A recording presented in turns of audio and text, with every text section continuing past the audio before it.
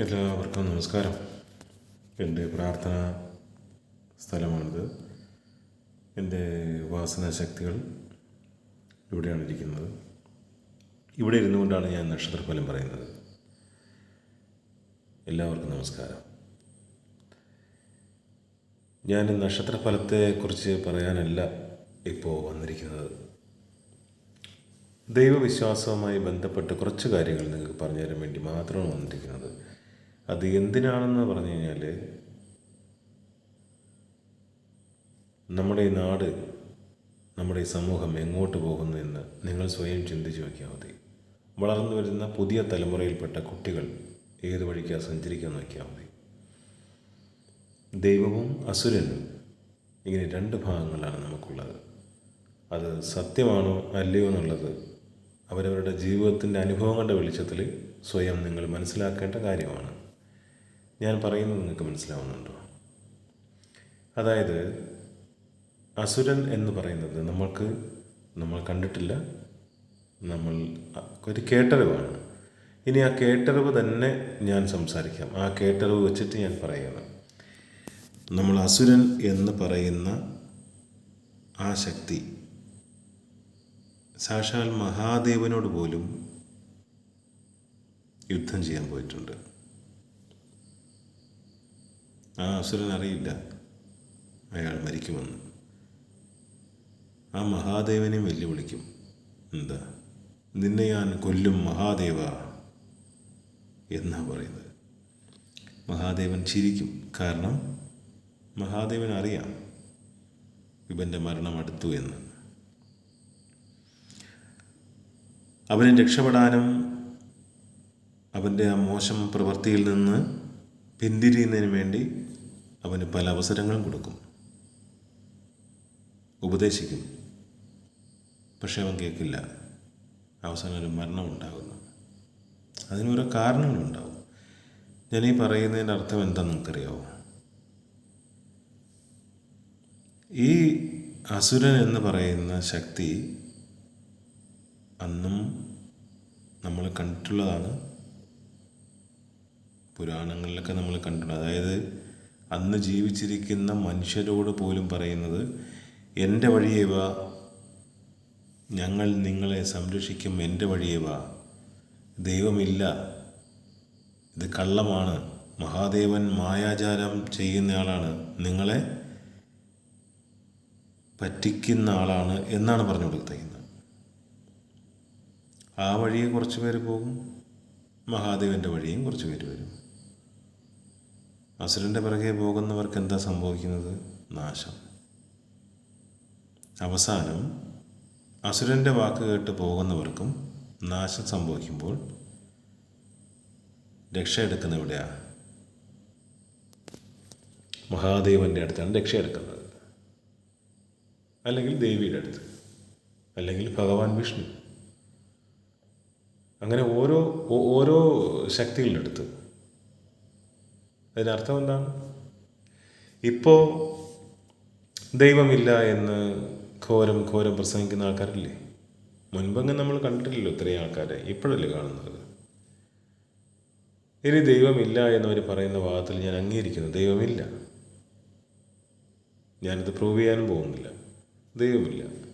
ആ ദൈവമില്ല എന്ന് പറയുന്നവരോട് ഞാനൊന്ന് ചോദിച്ചോട്ടെ, ദൈവത്തിൽ വിശ്വസിക്കുന്നവരെ ദൈവമില്ല എന്ന് പറയുന്ന ആൾക്കാരെ വിളിക്കുന്നത് വിഡ്ഢികളെന്നാണ് വിളിക്കുന്നത്. ദൈവമില്ല, നിങ്ങളതിൻ്റെ പിറകെ പോകരുത്, ക്ഷേത്രങ്ങളിൽ പോകരുത്, അത് തെറ്റാണ്, അവിടെ പോയി ഒരു ശിലയെ നിങ്ങൾ തൊഴരുത്, അത് തെറ്റാണ്, നിങ്ങൾ വിഡ്ഢികളാകുന്നു എന്ന് പറയുന്നവരോടാണ് ഞാൻ ചോദിക്കുന്നത്. ഇനി ഇതൊന്നുമില്ല എന്ന് പറഞ്ഞ് ഇവരുടെ ഭാഗം കേട്ട് അതാണ് ശരിയെന്ന് പറഞ്ഞ് പോകുന്നവർ, ഒരു പ്രശ്നം നിങ്ങളുടെ ജീവിതത്തിൽ ഉണ്ടായിക്കഴിഞ്ഞാൽ, അത് സാമ്പത്തികമായിക്കോട്ടെ, തൊഴിൽപരമായിക്കോട്ടെ, മറ്റെന്തെങ്കിലും ആയിക്കോട്ടെ, അല്ലെങ്കിൽ ഒരു രോഗം വന്നു, നിങ്ങൾ ആശുപത്രി ചികിത്സയിലാണ്. രോഗം വന്ന് ചികിത്സിക്കണം. അപ്പോൾ നിങ്ങൾ ആശുപത്രി ചികിത്സയിലാണ്. ആ ചികിത്സ ഫലിക്കുന്നില്ല. ഡോക്ടർ വന്നിട്ട് പറയുന്നതാണ്, ഞങ്ങളെ കൊണ്ട് ചെയ്യാൻ പറ്റുന്ന എല്ലാം ചെയ്തു കഴിഞ്ഞു, ഇനി നിങ്ങൾക്ക് ദൈവവിശ്വാസം ഉണ്ടെങ്കിൽ നിങ്ങൾ ദൈവത്തിനോട് പ്രാർത്ഥിക്കുന്നു പറയും. അപ്പോൾ പറയുമോ, ഞാൻ ഇന്ന ആൾക്കാരെ ഫോളോ ചെയ്യണേ പ്രാർത്ഥിക്കണമെന്ന്. ശരി, അങ്ങനെയാണെങ്കിൽ നിങ്ങൾ ഈ പറയുന്ന വ്യക്തികളെ വിളിക്കും അല്ലേ?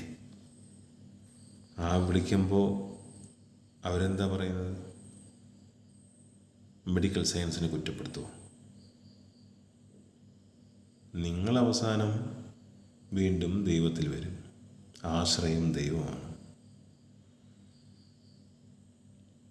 ഇത് യാഥാർത്ഥ്യമാണ്. ഞാനൊരു ദൈവവിശ്വാസിയാണ്. അന്ധമായ ദൈവത്തെ വിശ്വസിക്കുന്ന ഒരാളല്ല.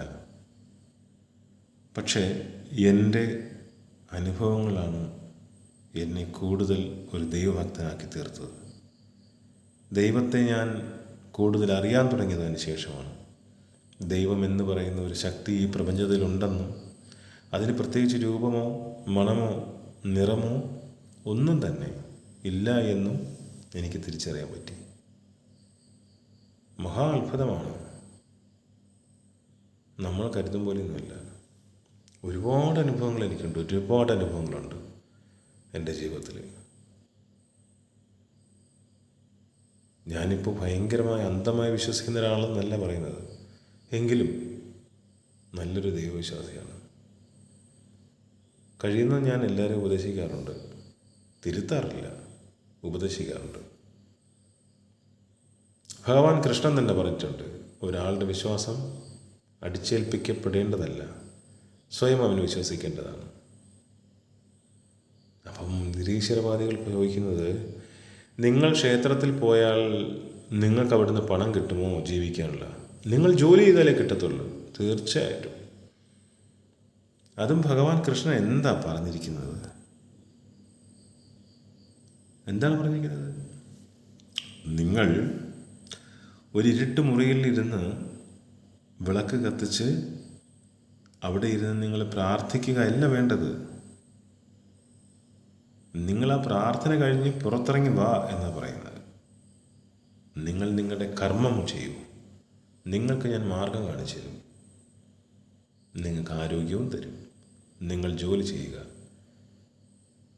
നിങ്ങൾ ആഗ്രഹിക്കുന്നതിനപ്പുറത്തേക്കുള്ള പ്രതിഫലം ഞാൻ തരും. ഇതാണ് കൃഷ്ണൻ പറഞ്ഞിരിക്കുന്നത്. അതല്ലേ നമ്മൾ ചെയ്യേണ്ടത്. അല്ല നമ്മൾ ക്ഷേത്രത്തിൽ പോയിട്ട് അവിടെ പോയി രാവിലെ തൊട്ട് വൈകിട്ടിരിക്കുമ്പോഴത്തേക്ക് നമുക്ക് വല്ലതും തരൂ? ഒന്നും തരത്തില്ല. ഇതാണ് ദൈവത്തിൻ്റെ കൽപ്പനകൾ എന്ന് പറയുന്നത്. അതുകൊണ്ട് നമ്മൾ ക്ഷേത്രങ്ങളിൽ പോകുന്നത് തന്നെ അതിനു വേണ്ടിയിട്ടാണ്. രാവിലെ മുതൽ വൈകുന്നേരം വരെ ക്ഷേത്രത്തിൽ പോയി ഇരിക്കണമെന്നല്ല പറയുന്നത്. നിങ്ങൾ ചുറ്റും നോക്കൂ, അല്ലെങ്കിൽ നിങ്ങളുടെ വീട് നോക്കൂ. നിങ്ങൾക്കുണ്ടായിരുന്ന ദൈവ ആരാധന അല്ലെങ്കിൽ വിശ്വാസമാണോ ഇപ്പോഴത്തെ കുട്ടികൾക്ക്? എന്തുകൊണ്ടാണ് ഇല്ലാത്തത്? അതിന് നിങ്ങളാരും ശ്രമിക്കുന്നില്ല.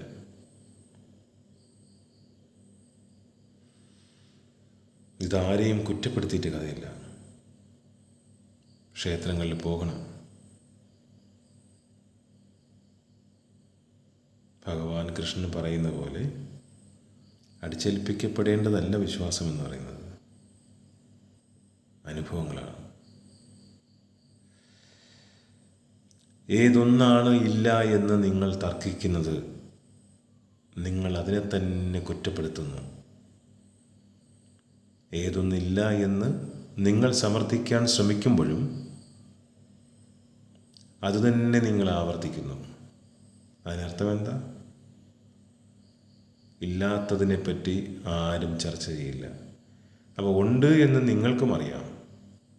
പക്ഷെ നിങ്ങളുടെ കാപട്യം നിറഞ്ഞ മുഖമാണ് നിങ്ങളില്ല എന്ന് സമർത്ഥിക്കാൻ ശ്രമിക്കുന്നത്. നിങ്ങളും വിശ്വസിക്കുന്നു ദൈവമുണ്ട് എന്ന്. എല്ലാവർക്കും നല്ലത് മാത്രം വരുത്തട്ടെ.